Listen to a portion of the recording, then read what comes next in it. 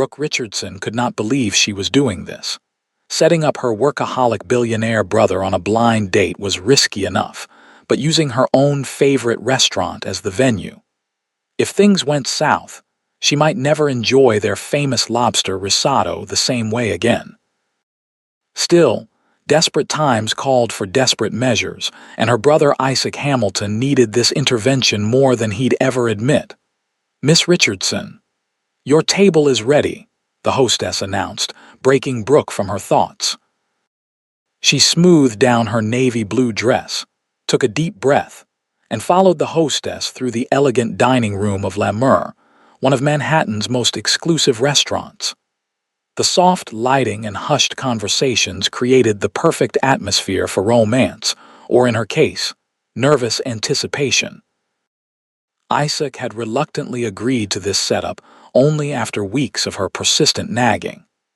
Her brother had thrown himself into work since their parents died 3 years ago, building Hamilton Industries into a shipping empire that dominated global markets. The business magazines called him brilliant, ruthless, and enigmatic. Brooke just called him lonely. The hostess led her to a secluded corner table with a stunning view of the city skyline at dusk. Perfect for the blind date she'd arranged between her brother and Claire, her college roommate's cousin. Brooke was supposed to make the introductions, ensure they hit it off, then tactfully disappear. She checked her watch. 20 minutes early, just as planned. She'd have time to settle her nerves and prepare her speech before either of them arrived. "Would you care for something to drink while you wait?" a deep voice asked. Brooke looked up, and her carefully constructed plans instantly collapsed. Standing beside her table was the most striking man she'd ever seen. Tall with broad shoulders, dark wavy hair, and eyes so intensely blue they seemed to pierce right through her. He wore the restaurant's uniform, but somehow made the simple black and white look like it had been tailored specifically for his athletic frame. She faltered, momentarily forgetting how words worked. "Just water for now, thank you. Still or sparkling?" His smile revealed a dimple in his right cheek, and Brooke found herself staring. "Still, please." She managed to regain her composure. "I'm actually waiting for my brother and his date. I'm just the facilitator." The waiter's eyebrow quirked with interest. "A matchmaker." "That's a dangerous profession." "More like a concerned sister," Brooke laughed. "He works too hard. I thought he could use a little human interaction. Noble of you." He poured her water with practiced elegance. "I'm Ian, by the way. I'll be your server tonight, Brooke." She extended her hand without thinking, then immediately felt foolish. Customers didn't usually shake hands with their waiters, did they? But Ian took her hand without hesitation, his touch warm and firm. "Nice to meet you, Brooke the matchmaker." His eyes crinkled at the corners when he smiled. "I hope your mission is successful tonight." As Ian walked away, Brooke felt a flutter in her stomach that had nothing to do with her matchmaking nerves. She quickly pulled out her phone, pretending to check messages while stealing glances at Ian as he moved efficiently between tables. There was something about the way he carried himself, confident but not arrogant, attentive but not intrusive. She was still watching him when her brother arrived, 15 minutes earlier than expected. Isaac Hamilton cut an impressive figure in his perfectly tailored suit, his dark hair styled impeccably, his expression serious as always. At 32, he had the bearing of someone much older, the weight of his responsibilities etched in the slight furrow between his brows. "Brooke," he said, bending to kiss her cheek before sitting down. "Let's get this over with." "Hello to you too, sunshine," she replied, rolling her eyes. "Would it kill you to pretend you're excited? I'm here, aren't I?" He adjusted his platinum cufflinks, a habit when he was uncomfortable. "That should count for something. Claire is wonderful, Isaac. Smart, accomplished, beautiful, and conveniently the cousin of your college roommate," he finished for her. "I know the sales pitch, Brooke. You've been delivering it for weeks." Brooke was about to retort when Ian returned to their table. She noticed the flicker of recognition in Ian's eyes as he looked at her brother, but to his credit, he didn't react the way most people did when meeting the infamous Isaac Hamilton. "Good evening, sir. Would you like something to drink while you wait for the rest of your party?" Isaac glanced at his watch. "Scotch, neat." "The Macallan 18, Ian suggested. Isaac looked up, mildly impressed. "Yes, that will do." As Ian walked away, Brooke leaned forward. "See, even the waitstaff here has good taste. This place is perfect for a first date. The waitstaff here is excellent because I own 20% of this restaurant," Isaac replied dryly. "And for the record, I don't need your help finding dates. When was the last time you went on one?" Brooke challenged. Isaac opened his mouth, then closed it again. "I've been busy. Building an empire, I know. But what's the point of all that success if you have no one to share it with?" Before Isaac could answer, Ian returned with the scotch, placing it carefully in front of him. "Your date hasn't arrived yet?" Ian asked, looking at Brooke with those striking blue eyes. "Oh, I'm not," Brooke started. "My sister is playing Cupid tonight," Isaac interrupted. "She's arranged for me to meet someone." Ian's eyes widened slightly. "I see." He turned to Brooke. "So you're not waiting for your date?" "No, I'm just here to make introductions, then I'll be on my way." The words felt strangely disappointing as she said them. Ian nodded, a curious expression crossing his face. "Well, I hope everything goes smoothly. I'll check back when your guest arrives." As Ian walked away, Brooke caught herself watching him again. There was something magnetic about him, something that made her want to continue their conversation. "He seems interested in you," Isaac observed, sipping his scotch. Brooke snapped her attention back to her brother. "Don't be ridiculous. He's just doing his job. I've been in enough business meetings to recognize when someone is interested in more than a professional transaction." A hint of a smile played at the corners of Isaac's mouth. "Maybe you should be the one on a date tonight. Very funny." Brooke rolled her eyes, though she felt a blush warming her cheeks. "We're here for you, remember?" Isaac checked his watch again. "Your candidate is late." "Only by 3 minutes," Brooke defended, glancing at her phone. No messages from Claire. That was strange, she was usually punctual. 5 minutes later, Brooke's phone buzzed with a text. She read it, her heart sinking. "What is it?" Isaac asked, noticing her expression. "Claire can't make it. Family emergency, her grandmother's in the hospital." Brooke sighed, feeling the evening collapse around her. "I'm so sorry, Isaac." To her surprise, her brother seemed more relieved than disappointed. "No need to apologize. These things happen." He took another sip of his scotch. "We can still enjoy dinner together." Brooke was about to agree when her phone buzzed again. This time it was her assistant. "Oh no," she groaned. "Crisis at work. The Berlin account is falling apart." Brooke ran her own interior design firm, and she'd been working on a major hotel project in Germany for months. "I have to deal with this." Isaac nodded, understanding. "Go, I'll finish my drink and head out." "Are you sure?" Brooke asked, already gathering her things. "Positive. I have plenty waiting for me at the office anyway." Brooke hesitated, then spotted Ian approaching their table. An idea formed quickly in her mind. "I'm afraid there's been a change of plans," she told Ian as he arrived. "My brother's date had an emergency, and now I need to leave for a work crisis." "I'm sorry to hear that," Ian replied, looking genuinely disappointed. "Should I bring the check?" "Actually," Brooke said, making a split-second decision, "I've already booked this beautiful table and it seems a shame to waste it."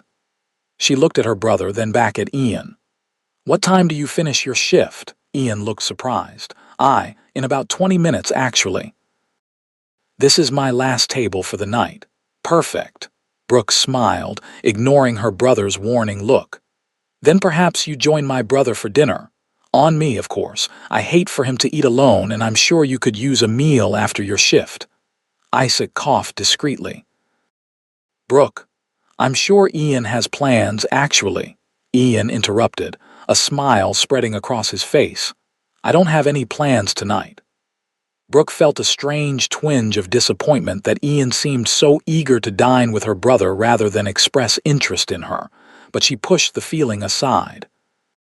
This evening was about Isaac, not her. Wonderful, she said brightly. Isaac, be nice. Ian, don't let him talk about work all night. She gathered her purse and stood. Enjoy your dinner, gentlemen. As she walked away, Brooke couldn't help glancing back over her shoulder. Ian was still standing beside the table, saying something to her brother who looked surprisingly engaged in the conversation. For a brief moment, she wished she could stay, wished she could be the one sitting across from those captivating blue eyes. With a sigh, she pushed through the restaurant doors into the cool evening air. Her matchmaking hadn't gone according to plan, but at least her brother wouldn't be dining alone tonight. Her phone buzzed again with another urgent message from her assistant. Work would be a welcome distraction from the unexpected disappointment she felt. After all, what did it matter that a handsome waiter hadn't shown interest in her? They'd barely spoken. It was ridiculous to feel this deflated over someone she'd just met. Still, as she hailed a cab to her office, Brooke couldn't help but wonder what Ian and her brother might be talking about, and whether Ian would have preferred her company instead. The next morning, Brooke woke to the persistent buzz of her phone. Groaning, she reached for it, expecting another work emergency. Instead, she saw Isaac's name on the screen. "Hello," she answered groggily. "We need to talk," Isaac said without preamble. "I'm outside your apartment." 15 minutes later, freshly showered but still half asleep, Brooke opened her door to find her brother looking unusually animated.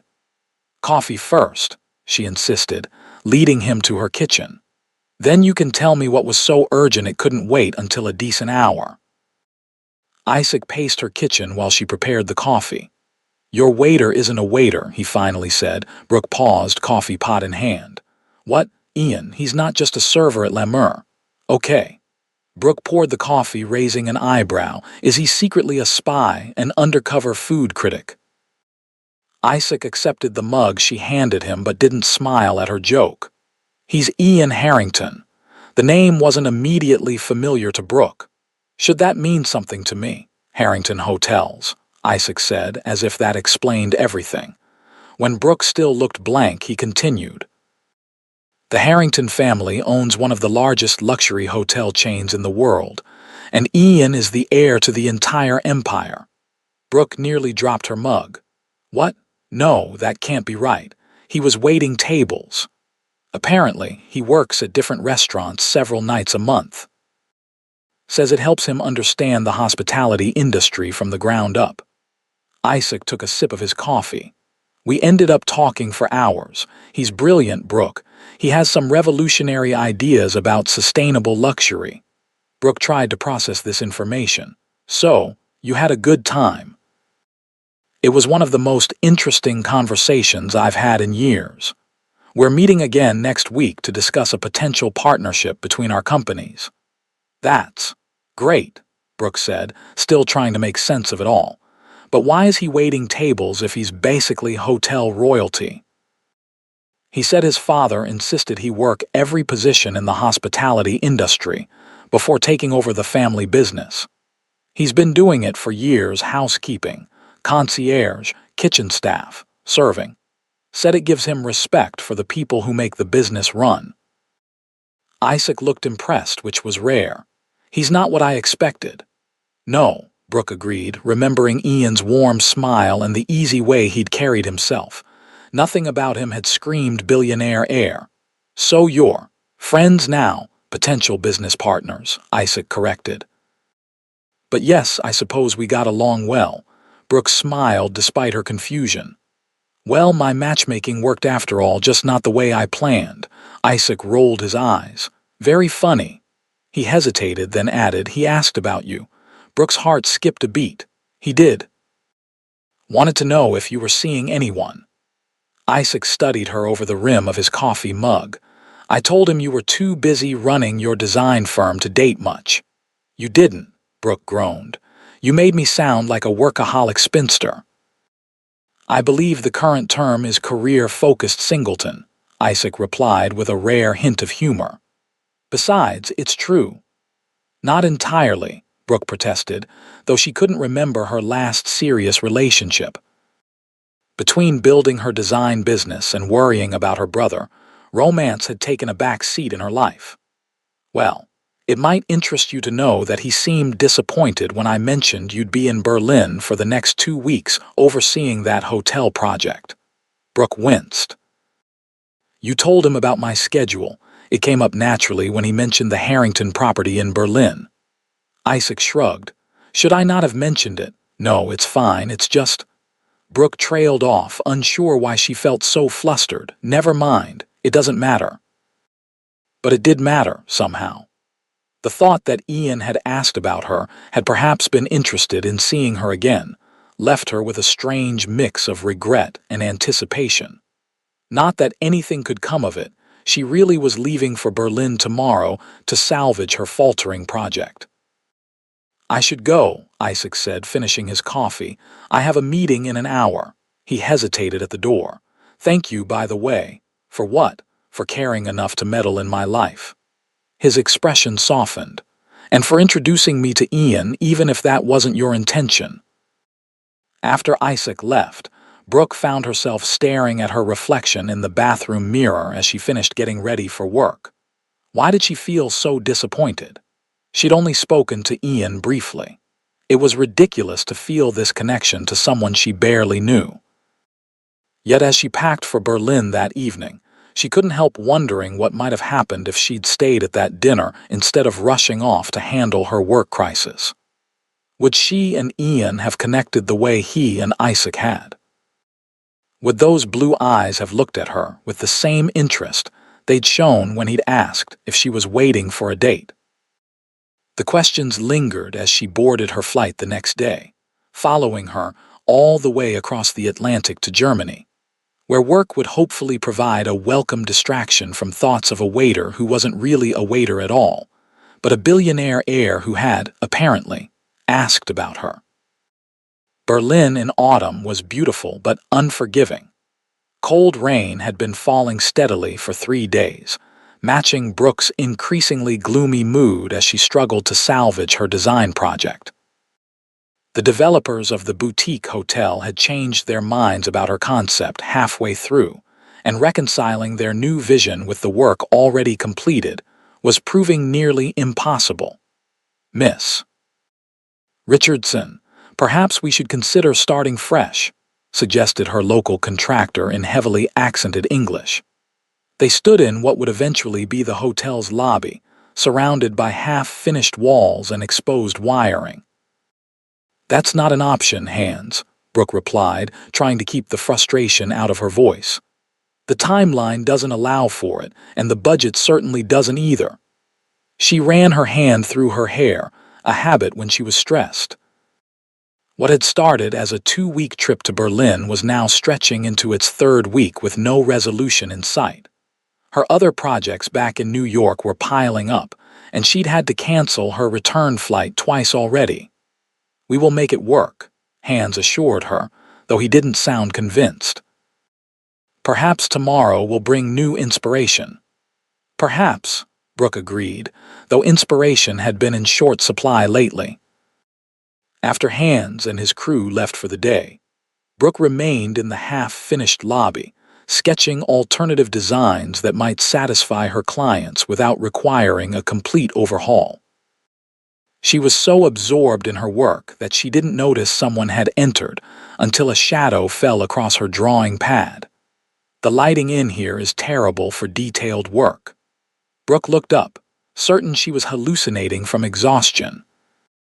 Ian Harrington stood before her, looking even more handsome than she remembered in a charcoal gray coat dusted with raindrops, his blue eyes bright against the dreary backdrop of the construction site. Ian, she blinked, convinced he would disappear. What are you doing in Berlin? He smiled, revealing that dimple she'd thought about more often than she cared to admit. Officially, checking on the Harrington property across town. He stepped closer. Unofficially, I heard from a reliable source that you were having some trouble with your project here." "Let me guess," Brooke said, finding her voice. "My brother, Isaac, mentioned you'd extended your stay due to some complications. I was coming to Berlin anyway, so I thought I'd see if I could help." He glanced around at the construction site. "Hotel design and construction is something of a specialty of mine." Brooke felt a mix of emotion, surprise, embarrassment, and an undeniable flutter of pleasure that he had sought her out. "That's very kind of you, but I'm sure you have more important things to do than help with my project problems." "Actually, I don't." His gaze returned to her, surprisingly earnest. "I've been hoping to see you again since that night at La Mer. Your brother mentioned you'd be back in New York by now, but when I learned you were still here..." Brooke's heart beat faster. "You came looking for me. Is that too forward?" There was a hint of vulnerability in his question that seemed at odds with his confident bearing. "No," she said softly. "It's actually rather nice." The smile that spread across his face made her glad she'd admitted it. "Good. Then perhaps you'd let me buy you dinner. You look like you could use a break, and I know a place nearby that serves excellent schnitzel." Brooke glanced down at her rumpled clothes and construction dust-covered boots. "I'm hardly dressed for dinner." "You look perfect," Ian said with such sincerity that she believed him. "Besides, it's a casual place. No dress code." Against her better judgment, she really did have more sketches to complete, Brooke found herself agreeing. 20 minutes later, they were settled in a cozy corner table of a traditional German restaurant. The warm lighting and rich wood paneling a welcome contrast to the cold, unfinished hotel site. "So," Ian said after they'd ordered, "tell me about this project that's causing so much trouble." Brooke hesitated, then found herself pouring out the whole story, how she'd been commissioned to design a boutique hotel that blended historic Berlin architecture with modern sustainability. How the clients had loved her initial concept, and how they'd suddenly changed direction mid-construction, wanting something more overtly luxurious and less environmentally focused. "The problem," she concluded, "is that we've already completed the structural work based on my original design. Their new vision would require tearing down walls, redoing plumbing and electrical, basically starting over, which we don't have the time or budget for." Ian listened intently, asking thoughtful questions that revealed his expertise in hotel development. "Have you considered a compromise?" he suggested. "Keep the sustainable elements but enhance the luxury aspects through materials and lighting instead of structural changes." "That's basically what I've been trying to sell them on," Brooke sighed. "But they're fixated on making dramatic changes. What if you could show them how it would look without actually building it first?" Ian pulled out his phone, scrolling through something. "My company has been using this new 3D rendering software that creates virtual walkthroughs so realistic you'd think you were actually in the space." He passed his phone to Brooke, who watched in amazement as the screen displayed a stunning hotel lobby that transformed before her eyes, shifting from day to night, empty to occupied, with different decor options appearing and disappearing. "This is incredible," she breathed. "You can actually see how it would look with different design choices." "Exactly." Ian looked pleased at her reaction. "I could have my team create renderings of your space with the luxury elements you think would satisfy your clients without requiring major structural changes. Then you could walk them through it virtually. You would do that?" Brooke looked up from the phone, searching his face. "Why?" Ian held her gaze. "Because I've been thinking about you since the moment you walked out of La Mer, and I'd like an excuse to spend more time with you." The directness of his answer took Brooke's breath away. She'd grown accustomed to men who played games, who never said what they really meant. Ian's honesty was as refreshing as it was disarming. "I don't know what to say," she admitted. "Say yes to the help," Ian suggested with a smile. "And maybe to having dinner with me again tomorrow night." Brooke should have hesitated. She barely knew this man, and mixing business with pleasure was something she typically avoided. But there was something about Ian that made her usual caution seem unnecessary. "Yes," she said, returning his smile. "To both." Their food arrived and the conversation shifted to lighter topics. Brooke learned that Ian had studied architecture before business, which explained his interest in her design work. He traveled extensively, working in Harrington properties around the world, learning the business from the ground up despite his family name. "My father believes in earning your position, not inheriting it," he explained. "Hence the stint as a waiter at La Mer." "I thought it was strange when Isaac told me who you really were," Brooke admitted. "You seemed so natural in that role." "I enjoyed it," Ian said simply. "You learn a lot about people when you're serving them, and it keeps me humble." As the evening progressed, Brooke found herself relaxing more than she had in weeks. Ian was easy to talk to, genuinely interested in her thoughts and unexpectedly funny. By the time they finished their meal, the restaurant had nearly emptied around them. "I should get you back to your hotel," Ian said reluctantly, glancing at his watch. "It's getting late." Outside, the rain had stopped, but the streets glistened wet under the streetlights. Ian insisted on walking her back to her hotel, which was only a few blocks away. "Thank you for dinner," Brooke said as they reached the hotel entrance, "and for offering to help with my project. It's really above and beyond." "It's my pleasure." Ian stood close enough that she could smell his cologne, a subtle, woodsy scent that suited him perfectly. "I'll have my team start on those renderings tomorrow. We could review them over dinner." "That sounds perfect." Brooke hesitated, then impulsively rose on her tiptoes to kiss his cheek. "Good night, Ian." He caught her hand as she started to pull away, the warmth of his fingers sending a current through her. "Good night, Brooke." As she rode the elevator up to her room, Brooke realized she was smiling for the first time in days. The project that had seemed like an insurmountable obstacle just hours ago now felt manageable, even exciting with Ian's help. And if her heart beat a little faster at the thought of seeing him again tomorrow, well, that was just an unexpected bonus of her extended stay in Berlin. True to his word, Ian sent over a team of digital rendering specialists the next morning. By the time Brooke arrived at the construction site, they were already taking detailed measurements and photographs of the space, led by a friendly German woman named Greta, who explained the process in perfect English. "Mr. Harrington has told us this is a priority project," Greta informed her with a smile. "We will have preliminary renderings ready by this afternoon." Brooke was impressed, but also slightly overwhelmed by the speed and efficiency with which Ian's team operated. It made her wonder, not for the first time, about the world. Ian inhabited a world where resources seemed limitless, and problems could be solved with a single phone call. By mid-afternoon, Greta had produced several stunning renderings that showed Brooke's original design enhanced with luxury elements that didn't require structural changes, richer materials, more dramatic lighting, custom furnishings that made the space feel opulent while maintaining its architectural integrity. "These are incredible," Brooke breathed, scrolling through the images on Greta's tablet. "Can you add gold accents to the reception desk?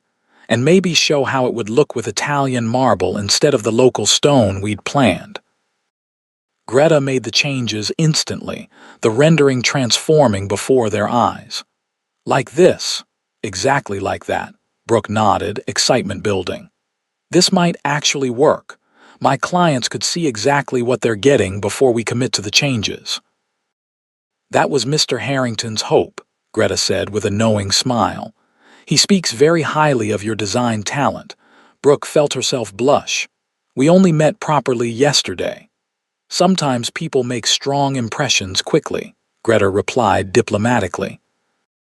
By the time Ian arrived to pick her up for dinner, Brooke had a comprehensive presentation ready for her clients, complete with virtual walkthrough, material samples, and detailed cost comparisons showing how her revised approach would save them money while still achieving the luxury aesthetic they desired.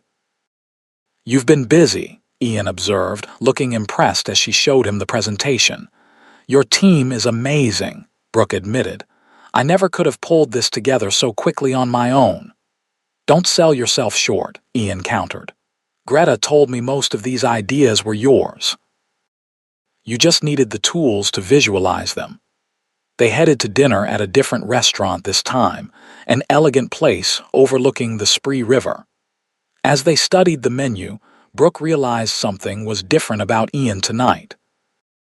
He seemed slightly nervous, checking his phone more frequently than he had the night before. "Is everything okay?" she asked after their drinks arrived. "You seem distracted." Ian put his phone away with an apologetic smile. "Sorry, just making sure everything is ready." "Ready for what?" "I have a surprise for you after dinner if you're up for it." Brooke raised an eyebrow. "A surprise? Should I be worried?" "Not at all," Ian assured her. "But it is a bit spontaneous, so feel free to say no if you're too tired." Curiosity piqued. Brooke agreed to the mysterious post-dinner plans. Throughout their meal, delicious German cuisine with a modern twist, she tried to guess what Ian had planned, but he deflected her questions with amused smiles. After dinner, Ian led her to a waiting car, a sleek black Mercedes with a driver who nodded respectfully as they approached. "Where are we going?" Brooke asked as they settled into the back seat. "Not far," Ian promised. "And it's related to your project in a way." The car wound through Berlin's streets, eventually pulling up in front of an imposing historic building illuminated dramatically against the night sky. A discreet sign identified it as Harrington, Berlin. "Your hotel?" Brooke asked, suddenly understanding. Ian nodded. "I thought you might like to see how we've balanced historic preservation with modern luxury in our Berlin property. It might give you some ideas for your project." The consideration behind his gesture touched Brooke deeply. While others might have planned a more conventionally romantic surprise, Ian had thought about what would actually interest and help her. It showed an attention to who she was that felt more intimate than flowers or chocolates ever could. "I'd love to see it," she said sincerely. The hotel was officially closed for renovations. Ian explained as they entered, but certain areas were still accessible. He led her through the magnificent lobby, pointing out architectural details and explaining the challenges they'd faced during the restoration of the 19th century building. "The original ceiling was water damaged beyond repair," he noted, pointing upward. "So we had artisans recreate it based on historical photographs, but we incorporated modern lighting within the design." Brooke looked up at the intricate plasterwork, noting how the hidden lighting enhanced its beauty while providing practical illumination. "It's brilliant," she murmured. "You can't tell it's not original." They continued through the hotel, Ian showing her innovative solutions to common renovation problems, how they'd updated plumbing and electrical systems without damaging historical features, how they'd improved energy efficiency while maintaining the building's character, how they'd repurposed original materials in new ways. "This is exactly the kind of balance I've been trying to achieve," Brooke said as they explored a beautifully restored guest suite. "Luxury that respects history rather than erasing it." "That's always been my philosophy," Ian agreed. "True luxury isn't about tearing down and replacing. It's about enhancing what's already valuable." Their eyes met, and Brooke felt something shift between them, a deeper connection forming beyond professional admiration or physical attraction. Here was someone who understood her vision, who shared her values in a way few others did. "Thank you for showing me this," she said softly. "It's given me more than just design ideas." Ian stepped closer, his expression serious. "When I saw you at La Mer that night, I was supposed to be focused on my job, but I couldn't take my eyes off you." His voice dropped lower. "And then when I realized you were setting up your brother, not waiting for your own date. You were disappointed, Brooke guessed, her heart beating faster as he moved closer still. No, Ian said, surprising her. I was relieved, because it meant I might have a chance to see you again. Before Brooke could respond, Ian's phone rang loudly in his pocket, breaking the moment. He grimaced, pulling it out to check the screen.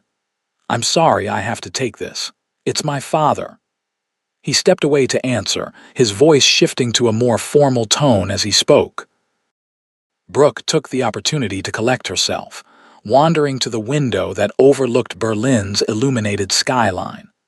What was happening between them was moving quickly, perhaps too quickly. Yet it didn't feel rushed or superficial. There was a natural ease to their connection that made it seem as though they'd known each other much longer than 2 days. When Ian returned, his expression had changed. I'm sorry, but there's a situation at our Paris property that needs my immediate attention. He looked genuinely disappointed. I hate to cut this short, but I need to fly out tonight. Brooke tried not to show her disappointment. Of course, I understand. I've arranged for my driver to take you back to your hotel. Ian hesitated, then took her hands in his. Brooke, I don't want this to be goodbye. When will you be back in New York? If the meeting with my clients goes well tomorrow, hopefully by the end of the week, she replied. May I see you when you're back? The question was simple, direct, like everything about Ian seemed to be. I'd like that, Brooke answered honestly. Ian smiled, relief evident in his expression. I'll call you. He leaned in slowly, giving her time to pull away if she wanted to, but Brooke didn't want to pull away. Instead, she met him halfway, their lips coming together in a kiss that started gentle but quickly deepened, sending warmth spreading through her entire body. When they finally parted, both slightly breathless, Ian rested his forehead against hers. Now I really don't want to leave, he murmured. Brooke laughed softly. Go save your Paris hotel. I'll see you in New York.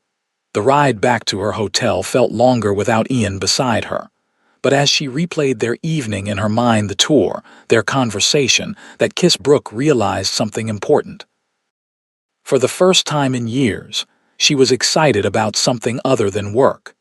And that, perhaps, was the most surprising development of all. Brooke's presentation to her clients the next morning went better than she could have hoped. The virtual walkthrough that Ian's team had created dazzled the developers, allowing them to see exactly how Brooke's revised design would deliver the luxury experience they wanted without requiring costly structural changes. This is remarkable, Miss Richardson, the lead developer said as the presentation concluded. Exactly what we envisioned, but better than we could have articulated. With the project back on track and a new timeline established, Brooke was able to book a flight back to New York for Friday, just 3 days away. As she packed up her materials after the meeting, her phone pinged with a message from Ian. How did it go? Still in Paris, but thinking of you. The simple text brought a smile to her face. She typed back, they loved it. Your team's rendering saved the day, thank you. His reply came moments later. It was all you. I just provided the technology, flying back to NY tomorrow, dinner at my place on Saturday. Brooke hesitated only briefly before responding. I'd like that. Text me the address. The next 3 days passed in a blur of activity, as Brooke worked with hands and the construction team to implement the newly approved design changes. By the time she boarded her flight back to New York on Friday afternoon, the project was moving forward smoothly, with regular updates from Greta and her rendering team scheduled to keep the clients engaged in the process. As the plane took off, Brooke realized she was equally nervous and excited about seeing Ian again. Their connection in Berlin had been intense, but brief. What if it didn't translate back to their regular lives? What if, outside the magical bubble of a foreign city, they discovered they didn't actually have much in common? These thoughts still lingered as her cab pulled up to her apartment building in Manhattan on Friday evening. Exhausted from the long flight, She was looking forward to a hot shower and an early night before seeing Ian the next day. But as she paid the driver and turned toward her building, she was startled to find a familiar figure waiting by the entrance. Ian. She blinked, wondering if her tired mind was playing tricks on her. He straightened from where he'd been leaning against the wall, a warm smile spreading across his face. "Welcome home," he said, stepping forward to take her suitcase. "What are you doing here?" Brooke asked, too surprised to hide her confusion. "I thought we were meeting tomorrow." "We are," Ian confirmed, "but I thought you might appreciate a proper welcome after your long flight." He held up a paper bag. "I brought soup from that place on 9th that everyone raves about, and bread from the French bakery 2 blocks over." He suddenly looked uncertain. "Is this too much?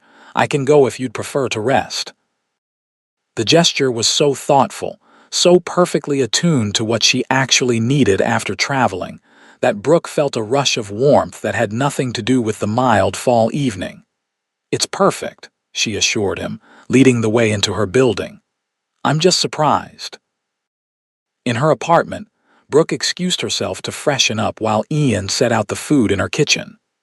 When she emerged from the bathroom, face washed and comfortable clothes on, she found the table set with steaming bowls of soup, crusty bread, and even a small bunch of flowers in a water glass. "This is lovely," she said, genuinely touched. "Thank you." They ate together, talking easily about her final days in Berlin and his brief trip to Paris. The awkwardness Brooke had feared might exist outside of their Berlin bubble was nowhere to be found. If anything, Ian seemed even more relaxed here in her apartment than he had been in Germany. "I have a confession to make," Ian said as they finished their meal. "I had an ulterior motive for coming tonight instead of waiting until tomorrow." Brooke raised an eyebrow. "Oh." "I wanted to see where you live, how you live." He gestured around her apartment, which reflected her design, aesthetic clean lines, natural materials, touches of color in artwork and textiles. "I wanted to know more about you beyond what we talked about in Berlin. And what have you learned?" Brooke asked, curious about his observations. Ian looked around thoughtfully. "That you value quality over quantity, that you appreciate art that tells a story." He pointed to a painting on her wall, a vibrant street scene from her travels in Mexico. "That you bring pieces of your journeys home with you." His gaze returned to her, surprisingly intense. "That you create spaces that feel both beautiful and welcoming, just like you." Brooke felt herself blush under his steady gaze. No one had ever read her so accurately through her living space before. It was both unnerving and exhilarating to be seen so clearly. "Your turn," Ian said, leaning back in his chair. "What do you want to know about me that we didn't cover in Berlin?" Brooke considered the question. "Why hotels?" "With your family's resources, you could have done anything. Why follow in your father's footsteps?" Ian's expression grew thoughtful. "Because hotels aren't just buildings to me. They're sanctuaries, crossroads, places where life happens in concentrated bursts of experience." His passion was evident in his voice. "A great hotel is part of people's most important memories: weddings, honeymoons, family reunions, even business deals that change lives. I love being part of creating those spaces." The sincerity in his answer resonated deeply with Brooke, who felt the same way about the spaces she designed. "Another question," she said, emboldened by his openness. "Why were you working as a waiter at La Mer that night? Really?" Ian smiled. "The real answer is exactly what I told you. I work in different positions throughout our hotels and restaurants regularly. That particular night I was filling in for someone who called in sick. Pure chance." His smile widened. "Lucky chance, as it turns out." As the evening progressed, their conversation deepened, touching on family. His parents were still married after 40 years, a rarity in their social circle. Childhood dreams. He'd wanted to be an architect before the family business claimed him. And values. They discovered a shared commitment to sustainability and ethical business practices. When Ian finally rose to leave, it was past midnight. "I should go," he said reluctantly. "You need rest, and we still have tomorrow night." At her door, he cupped her face gently, his blue eyes searching hers. "I've never met anyone like you, Brooke Richardson. Someone who sees the world the way I do, who understands what matters to me without me having to explain." The confession made her heart race. "I feel the same way," she admitted. "It's a little scary, actually. Scary good or scary bad." His thumb traced her cheekbone. "Good," she whispered. "Definitely good." His kiss was gentle but thorough, leaving her breathless and wanting more when he finally pulled away. "Good night, Brooke," he said softly. "Dream well." After he left, Brooke leaned against her closed door, fingers touching her lips where his had been moments before. Whatever was happening between them was moving quickly, but it felt right in a way nothing had before. For once in her carefully planned life, she was ready to see where this unexpected journey might lead. The following evening found Brooke standing outside Ian's building in Tribeca, more nervous than she'd been for any date in recent memory. She'd changed outfits 3 times before settling on a simple black dress that her best friend had once described as effortlessly elegant, paired with heels that made her legs look their best without making walking a challenge. The doorman escorted her to the private elevator that led directly to Ian's penthouse apartment. As the elevator ascended, Brooke took deep breaths, trying to calm her nerves. This wasn't just any date, it felt like a turning point, a moment that might determine the direction of something significant. When the elevator doors opened, Brooke stepped directly into Ian's apartment and froze, momentarily stunned by what she saw. The penthouse was spectacular. Floor-to-ceiling windows offered panoramic views of the city, while the interior was a masterful blend of contemporary design and warm, inviting touches. But it wasn't the luxury that stopped her in her tracks. It was what Ian had done with the space. Dozens of candles illuminated the room, their soft light reflecting off the windows and creating a magical atmosphere.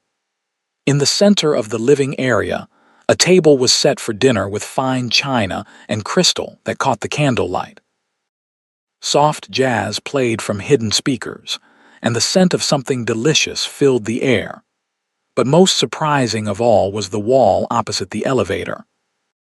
Ian had created a gallery of sorts, with large mounted photographs that Brooke recognized with a jolt as her own design projects. The New York boutique she'd renovated last year, the Miami beach house that had been featured in Architectural Digest, even preliminary renderings of her Berlin hotel project.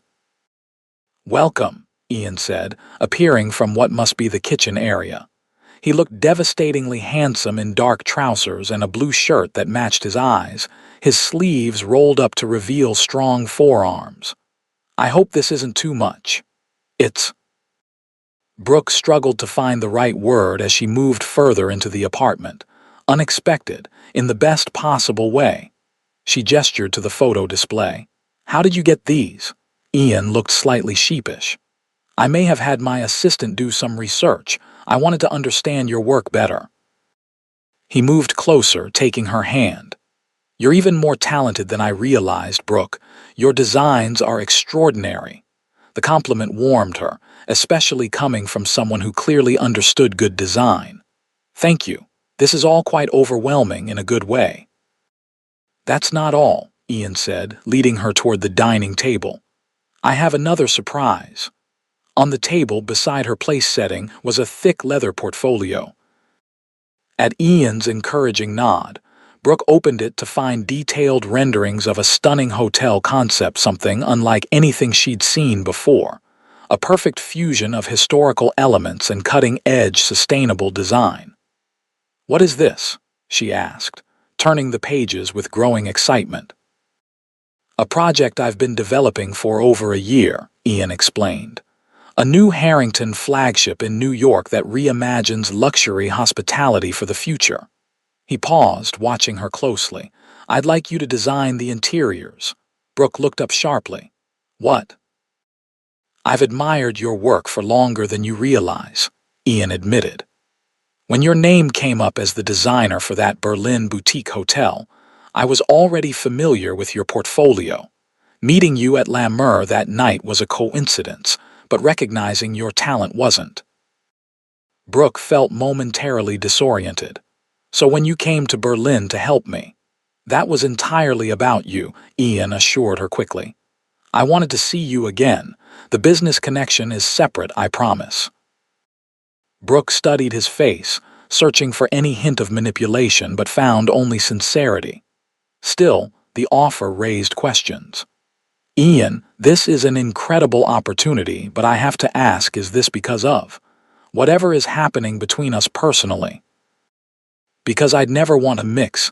It's because you're the best person for the job, Ian interrupted firmly. If nothing romantic had developed between us, I still would have wanted you for this project.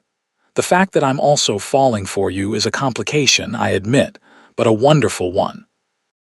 The casual admission that he was falling for her sent Brooke's pulse racing. You're falling for me. Ian took her hands in his. Completely. Is that too direct? No. Brooke shook her head, a smile spreading across her face. It's perfect, actually, because I think I'm falling for you too. The dinner that followed was the most romantic meal of Brooke's life. Ian had cooked himself a talent he'd developed during his stint in hotel kitchens. He explained serving a delicious meal of seared scallops, rack of lamb, and a chocolate souffle that rivaled any restaurant dessert Brooke had ever tasted. They talked about everything and nothing, the conversation flowing as easily as the wine Ian had paired with each course. By the time they moved to the sofa with glasses of cognac, Brooke felt a sense of comfortable rightness that she'd never experienced with anyone else. So, Ian said, setting his glass down and turning to face her. About that hotel project. Are you sure mixing business and pleasure is wise? Brooke asked, though the prospect of designing Ian's visionary hotel was undeniably exciting. Probably not, Ian admitted with a smile. But I believe in taking calculated risks for exceptional rewards. His expression grew more serious. If you're concerned, we could establish clear boundaries, separate teams, formal meetings, everything documented properly. Brooke considered this. The professional opportunity was extraordinary, the kind that could define her career, and she trusted Ian's integrity even after such a short time. Okay, she decided. I'll do it, but with those boundaries in place. And the first sign that our personal relationship is affecting the professional one, we reevaluate. Agreed. Ian's smile returned, brighter than before. Now that business is settled, can we return to pleasure? He moved closer on the sofa, his arms sliding around her shoulders. Brooke leaned into him, tilting her face up to his. I think that's an excellent idea. Their kiss deepened quickly, the attraction that had been simmering between them since Berlin igniting into something more urgent. Brooke found herself responding with an intensity that surprised her, her hands threading through his hair, her body pressing closer to his. When they finally broke apart, both breathing heavily, Ian rested his forehead against hers. Stay, he whispered. Stay the night with me. Brooke hesitated only briefly before nodding. Whatever was happening between them felt too special, too rare to second-guess. For once in her carefully controlled life, she wanted to follow her heart rather than her head. As Ian led her toward his bedroom, his hand warm and secure around hers, Brooke reflected on how completely unexpected her life had become in just 10 days. She'd gone to La Mer to set up her brother on a blind date, never imagining she'd be the one falling in love before the appetizers even arrived. The weeks that followed were the happiest of Brooke's life. By day, she worked with Ian's development team on the new Harrington flagship hotel, bringing her design expertise to his visionary concept. By night, they explored their deepening relationship, discovering new layers of compatibility and connection with each passing day. They maintained professional boundaries during business hours, addressing each other formally in meetings and focusing solely on the project.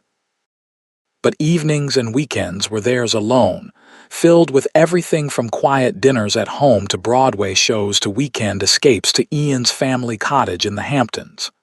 "You've changed," Isaac observed over lunch one day, about a month after Brooks returned from Berlin. "You seem lighter." Brooke smiled, knowing her brother was right. "I'm happy, Isaac, really happy. Because of Ian." Isaac studied her, his expression a mixture of curiosity and brotherly concern. "Yes," Brooke admitted without hesitation. "I know it's happened quickly, but he's different from anyone I've ever known." "Different how?" Isaac pressed, ever the protective older brother despite his own emotional reticence. Brooke considered the question seriously. "He really sees me, not just as a designer or your sister or any other label. He understands what matters to me, sometimes before I've even articulated it myself." She met her brother's gaze directly. "And I see him too, beyond the Harrington name and fortune. We connect on a level I didn't even know was possible." Isaac nodded slowly, seemingly satisfied with her answer. "Then I'm happy for you, both of you." "Thank you," Brooke said, touched by his approval. "That means a lot." "Just promise me one thing," Isaac added, his expression turning serious again. "Don't rush too quickly. Make sure this is real before you make any permanent decisions." Brooke laughed lightly. "Now you sound like Dad." A shadow of sadness crossed Isaac's face at the mention of their father, but it quickly gave way to a small smile. "Someone has to," he said softly. Later that evening, as Brooke prepared dinner in Ian's kitchen while he finished a business call in the other room, she reflected on her brother's advice. Had things moved too quickly between her and Ian? In just 6 weeks, they'd gone from strangers to practically living together, splitting their time between his penthouse and her apartment. Yet nothing about their relationship felt rushed or superficial. Each day revealed new connections, new reasons why they fit together so perfectly. Ian understood her drive and ambition because he shared it. He respected her independence while offering support when she needed it. And when they disagreed, which happened occasionally, especially regarding aspects of the hotel project, they found ways to communicate and compromise that left them stronger rather than divided. "What are you thinking about so intently?" Ian asked, coming up behind her and wrapping his arms around her waist. "That pasta sauce must be fascinating." Brooke leaned back against his chest, smiling. "I was thinking about us, actually, about how quickly things have developed." Ian pressed a kiss to her temple. "Too quickly." "No," she said honestly, turning in his arms to face him. "It feels right, but my brother thinks we should be careful not to rush. Your brother is a wise man." Ian tucked a strand of hair behind her ear. "What would constitute rushing, in your opinion?" Brooke considered this. "I don't know exactly. Moving in together officially, maybe. Talking about marriage before we've even been together 6 months." Ian's expression grew thoughtful.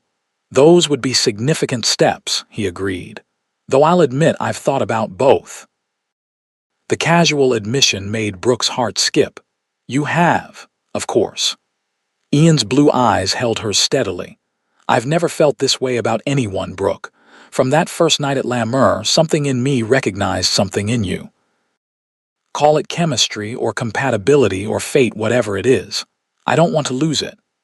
"Neither do I," Brooke whispered, rising on her toes to kiss him softly. The pasta sauce was forgotten as their embrace deepened, dinner delayed in favor of more immediate hunger. Later, as they finally sat down to their reheated meal, Ian brought up a new topic. "I have to go to London next week," he said, twirling pasta around his fork. "Board meetings and a site visit to our property there. I'll be gone for 4 days." "I'll miss you," Brooke replied, surprised by how much she meant it. They hadn't spent more than a night apart since returning from Berlin. Come with me, Ian suggested, his eyes brightening. You could meet with some British design firms we're considering for our Paris renovation. Officially, it would be a business trip. And unofficially, Brooke raised an eyebrow, smiling. Unofficially, I want to show you London through my eyes, and I'm not ready to be away from you for 4 days. The simple honesty of his answer, delivered without pretense or game playing, was so typically Ian. Yes, Brooke decided, not needing to think it over. I'd love to come with you. The London trip marked a turning point in their relationship. By day, they maintained their professional roles, attending meetings and site visits separately. But evenings were magical dinner at a historic restaurant in Mayfair, a private after-hours tour of the British Museum arranged through Ian's connections, a surprise visit to a hidden garden that had inspired one of Brooke's favorite designers. On their final night in London, after a spectacular dinner at a Michelin-starred restaurant overlooking the Thames, Ian took Brooke's hand as they walked along the riverbank. I have something to ask you, he said, his voice unusually serious. Brooke's heart raced, wondering if this was leading where she thought it might. Okay, she replied cautiously. It's about the hotel project, Ian continued, surprising her. The board is pressuring me to move up the timeline. They want to break ground in 3 months instead of 6.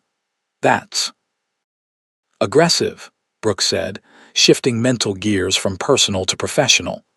We need to finalize the design package much sooner than planned. I know it's asking a lot, Ian acknowledged. It would mean longer hours, more pressure, but I also know if anyone can do it, you can. Brooke considered the challenge. I'd need to expand my team, bring in more senior designers to help manage the workload. Whatever resources you need, Ian assured her. Budget isn't a concern, excellence is. Looking out over the glittering river, Brooke made her decision. I'll do it. But I have a condition. Ian raised an eyebrow. Which is? This accelerated timeline is going to consume a lot of our time. I don't want our relationship to suffer because we're both working 18-hour days. She turned to face him fully. So I think we should move in together, officially. That way, even if we're both crazy busy, at least we'll see each other at the beginning and end of each day. Ian's face broke into a wide smile.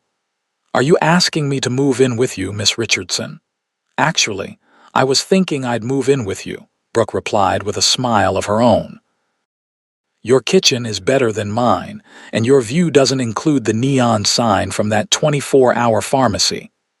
Ian laughed, then pulled her close. I have a counter-proposal, he said softly. What if we find a new place together? Something that's ours from the beginning, not mine that you moved into or vice versa. The suggestion touched Brooke deeply. It wasn't just about sharing space, it was about creating something new together. I'd like that, she whispered.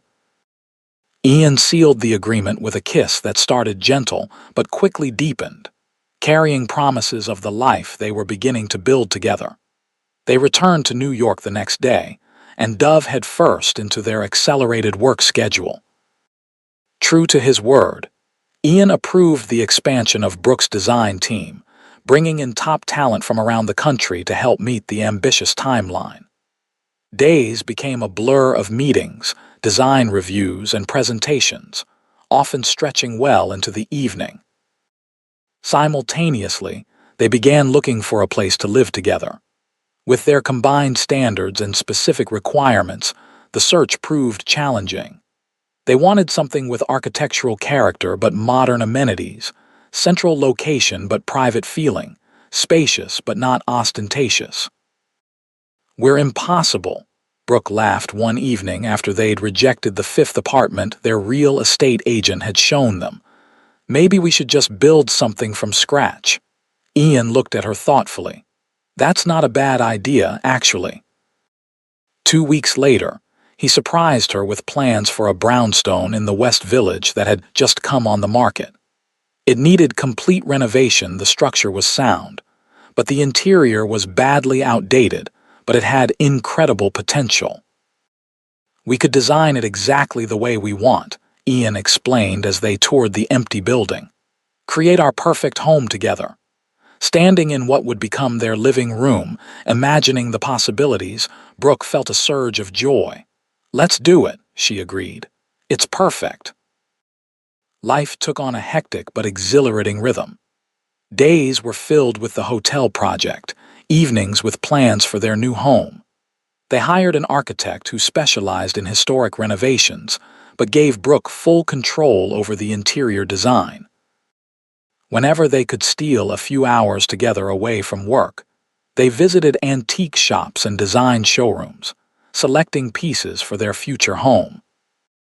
3 months into this whirlwind, as the hotel design neared completion and construction on their brownstone began, Brooke realized something important. Despite the pressure and long hours, she'd never been happier. Working alongside Ian, seeing his brilliance in action, falling more in love with him each day, it all felt right in a way nothing ever had before. Penny for your thoughts, Ian said one Sunday morning as they lingered over coffee in his penthouse. Architectural plans spread across the dining table. I was just thinking how happy I am, Brooke admitted, even with all this chaos. Ian's expression softened as he reached for her hand. Me too, more than I ever thought possible. It's strange, Brooke mused. If I hadn't tried to set up Isaac with Claire that night at La Mer, we might never have met. I'm not so sure, Ian replied, his thumb tracing circles on her palm. I think we would have found each other eventually. Some connections are inevitable. The certainty in his voice matched the feeling in Brooke's heart. What they had found together wasn't just compatibility or chemistry, it was something deeper, a recognition that transcended chance. The following week, the final design package for the Harrington flagship hotel was submitted to the board, receiving unanimous approval. Construction would begin the following month, with Brooke's firm retained to oversee the implementation of her designs. It was a professional triumph for both of them, a testament to their combined vision and determination. To celebrate, Ian suggested a weekend away at his family's lake house in the Catskills. Just the two of us, he promised. No work, no renovations, no interruptions. The lake house turned out to be a stunning contemporary structure of glass and wood, perched on a hillside overlooking a pristine mountain lake. Autumn had painted the surrounding forest in brilliant golds and reds, creating a postcard-perfect setting. This is breathtaking, Brooke said as they stood on the deck that first evening, watching the sunset reflect off the water below. My grandfather built the original cabin here, Ian explained, his arm around her waist. My father replaced it with this house about 15 years ago. It's always been my favorite place to escape. They spent Saturday hiking in the surrounding woods, enjoying the crisp fall air and spectacular foliage. That evening, Ian surprised her by cooking an elaborate dinner, serving it on the deck under the stars and a canopy of string lights he'd hung that afternoon while she was napping. This is magical, Brooke said, looking around at the twinkling lights reflected in the dark water below. Thank you for bringing me here. There's no one else I'd rather share it with, Ian replied, refilling her wine glass. This place has always been special to me, but it's even more so now that you're here. After dinner, they moved to the outdoor sofa positioned near the fire pit, wrapping themselves in a soft blanket as they watched the flames dance in the cool evening air. Ian seemed quieter than usual, almost pensive. Is everything okay? Brooke asked, noticing his distraction. Everything is perfect, he assured her, pressing a kiss to her temple. I was just thinking about how much has changed in the past few months, how much you've changed me. For better or worse? Brooke teased lightly. Definitely for better, Ian smiled, shifting to face her more directly.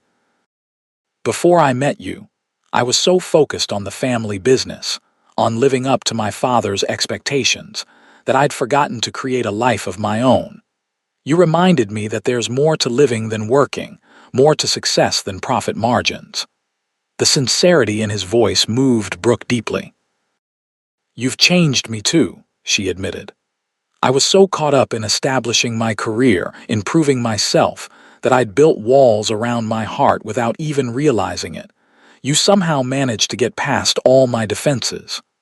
"I'm glad I did," Ian said softly. Then, to Brooke's surprise, he slid off the sofa onto one knee before her. "Because I don't want to imagine my life without you in it." Brooke's heart began to race as Ian reached into his pocket and withdrew a small velvet box. "Ian," she whispered, hardly daring to believe what was happening. "Brooke Richardson," Ian said, his blue eyes reflecting the firelight as he opened the box to reveal a stunning emerald-cut diamond ring. "I know we haven't known each other long in the conventional sense of time, but I've never been more certain of anything in my life than I am of my love for you. You're my partner, my inspiration, my best friend." He took a deep breath. "Will you marry me?" Tears sprang to Brooke's eyes as joy welled up inside her. Some distant part of her brain noted that Isaac might think this was rushing, that conventional wisdom would suggest waiting longer. But nothing about their relationship had been conventional from the start, and Brooke had never been more certain of anything in her life. "Yes," she said, her voice clear and sure despite the tears streaming down her cheeks. "Yes, I'll marry you." Ian slipped the ring onto her finger, then pulled her into his arms, kissing her with a passion that spoke of promises and future and forever. When they finally broke apart, both breathless, Ian rested his forehead against hers. "I love you," he whispered. "More than I ever thought it was possible to love someone." "I love you too," Brooke replied, marveling at the perfect fit of the ring on her finger and of Ian in her life. "So much." They spent the rest of the weekend in a bubble of happiness, making plans for their future together. They decided on a spring wedding after their brownstone was completed, but before the hotel construction became too demanding. It would be an intimate affair with just close friends and family, held in the garden of their new home if the weather permitted. When they returned to the city Sunday evening, Brooke called Isaac first to share the news. "You're engaged?" her brother asked, sounding more surprised than disapproving. "After 4 months." "I know it seems fast," Brooke acknowledged, "but it feels right, Isaac. More right than anything ever has." There was a pause, then Isaac's voice softened. "Are you happy, Brooke? Truly happy, happier than I've ever been," she answered honestly. "Then that's all that matters," her brother said. "I'm happy for you, sis, for both of you." Isaac's blessing meant more to Brooke than she could express. Despite his reserved nature, her brother had always been her emotional anchor, especially after their parents' deaths. His approval of Ian, of their relationship, felt like the final piece falling into place. The next 6 months passed in a whirlwind of activity. Construction on both the hotel and their brownstone progressed rapidly. Wedding plans took shape with the help of a top event planner. Ian insisted on hiring to reduce Brooke's stress.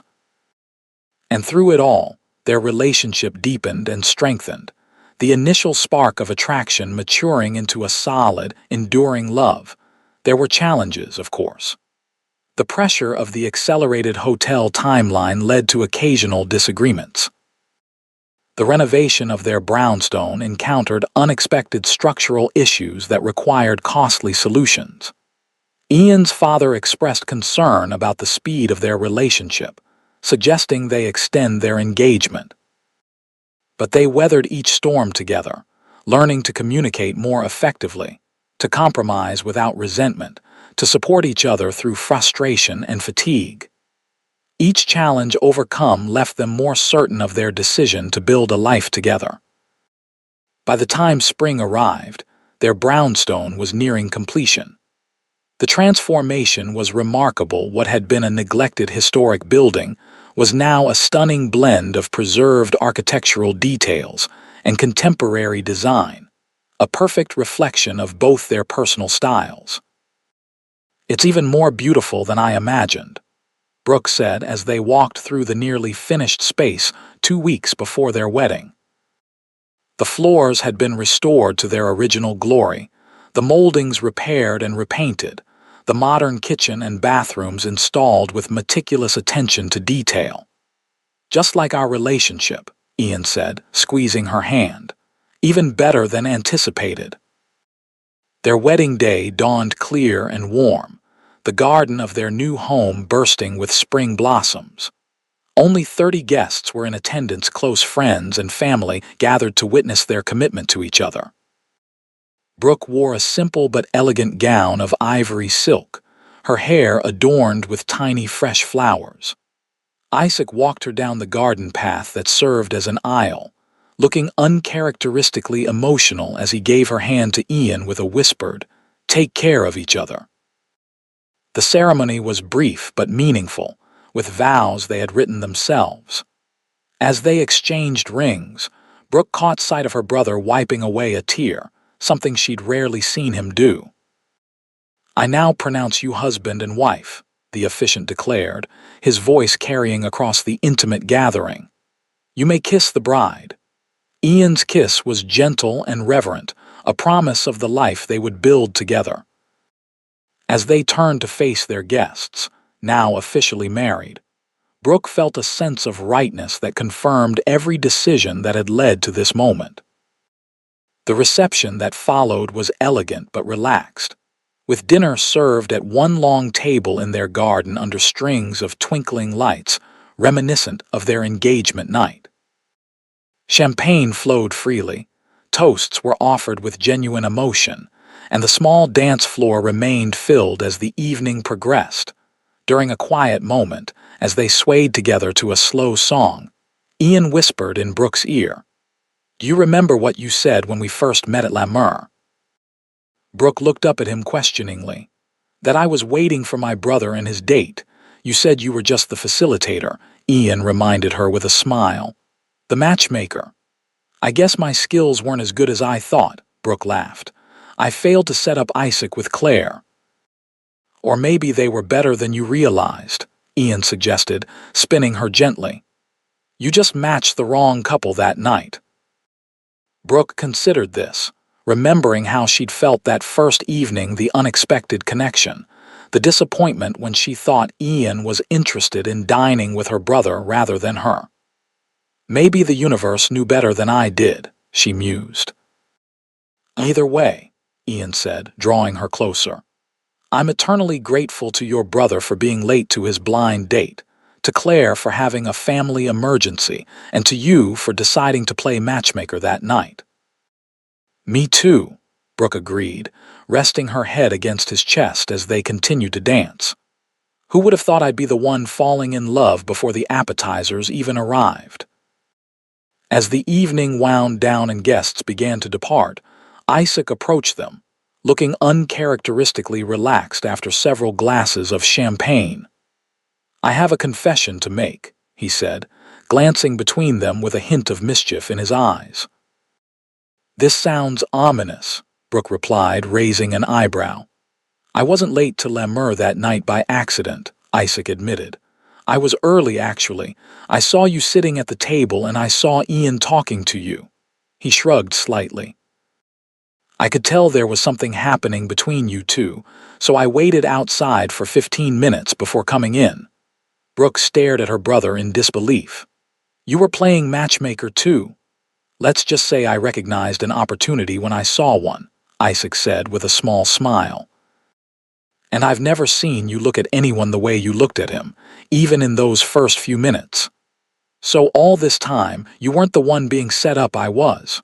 Brooke shook her head, laughing at the irony.